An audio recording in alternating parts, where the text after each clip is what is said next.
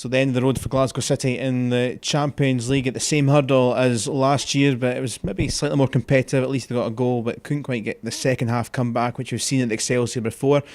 Paul Elliott, as ever, is with us on Glasgow City TV. Stephen Bark, journalist, has been involved with our radio coverage and around with our media team tonight. First of all, Paul, it was a sore one really. Just when they thought you were going to get back into it, just couldn't quite get a second goal straight after. Yeah, the start of the second half was electric from City. It looked like for a minute it was going to be one of those kind of Zurich nights, one of those magical nights where they were going to turn it around. The play was excellent, but just Eskilstuna managed to get one of those kind of killer goals that just kind of finished the tie, and the whole thing changed after that. The whole tempo changed and everything. So a good performance by City. I think they deserved something out of the game tonight, but in the end just kind of coming short. Yeah, and that first goal was a real sort of killer in the first 6-7 minutes, and it was a similar sort of goal to last week. Larsson got it near post. This time it was Skugga, and that really was there's a tall order straight from the off. I think it kind of killed the momentum of both sides in that first half, because you could see they both wanted to try and do something, but Eskilstuna knew that they had that advantage, they had that cushion, and they didn't really look to press it too much. And I think the first half kind of died after those 6-7 minutes, because there was only one or two chances, and at best they were half chances. There was one for, I think, Erin Cuthbert that she really should have taken, and that could have changed the game completely if it was 1-1 at half time and they come out, score that early goal, 2-1. You never know what's going to happen. We could pick out a few players. You talk about Erin Cuthbert, went off a cramp, a bit similar to last week, struggling in the last 10 minutes or so. Fiona Brown tried her best once again, because at points their defence was pretty static. Yeah, I think their defence is not the greatest, to be honest. I think they're a bit optimistic playing free at the back. Brown caused problems. What she's like when she starts running with the ball. She's very hard to stop, and Eskilstuna really struggled with that. Erin Cuthbert, I thought, was excellent in midfield, really breaking up play and getting on the ball as much as she can to play some passes. And I think Kiva Keenan had a good game at the back as well, playing kind of way beyond her years, really intelligent the way she just nudges players off the ball when they're about to have a shot and go. It's pretty good. But good performances by City tonight, and it's hard to look at the performances of some of the players and see that they've lost the game.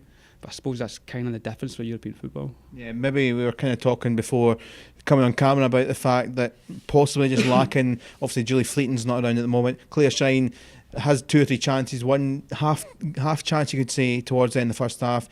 Maybe just missing that other target person in the second half to bring someone else on. Yeah, indeed. I think they did maybe lack that a little bit. You saw the opening 10 minutes of that second half, it was all Glasgow City. I think Eskilstuna maybe created that one chance that they took after 56 minutes, and at that point it killed the game. And had City had that player up there in the box that they could have relied on, like a Chris Boyd, I suppose, if you want to pick someone to look at that's just going to stick the ball in the net when they're there, they're just going to take that chance. If they had that kind of figure, it would have been fantastic, and you would have seen they created enough chances in that 10 minutes to win the game. Obviously, Eskilstuna have not got an awful lot else to play for out the Cup. They're not going to finish in the Champions League position, so this is really their bread and butter towards the end of the season for City, though. Big turnaround now. We'll be at the game on Sunday, the semi-final. Glasgow Girls on paper, big win earlier in the campaign in the League Cup. Should be fairly straightforward, but I guess they need to be back on gear for that one. Yeah, you'd think so. It's just whether there's going to be a hangover from tonight, I think. But I think the gap between those two teams is wide enough that City can have an off day and probably come through the game easy enough. But there's a lot to play for domestically, and there's a couple of trophies that can be easily picked up by City. So the mood changes very quickly when you get those wins in those types of games, and I think that's what City have got to look forward to. Now, a wee bit unlucky against Eskilstuna in these two games, but I think they've got a lot to build on and bring a lot of confidence going into the last few games of the season. Yeah, and obviously could win the league against Hibs right behind us sort of in just over a week's time, so a couple of huge games. Yeah, definitely. I think the Hibs one probably at the moment you're looking at is kind of the big one, because it's the one that at a point you're over the line. Even then you get the second chance the week after, because Hibs would have to rely on City losing points in both games.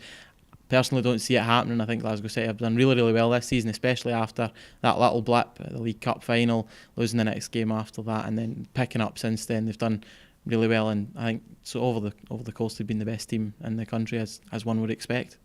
Okay, Stephen, Paul, thanks very much. It's great to have you with us here. And as I say, Paul will be with me on Sunday. There's a live stream coverage of both semi-finals, the Scottish Cup. We'll have all the highlights and all the coverage and all the reaction. But City out once again at the last 32 in Europe. We'll see you next time.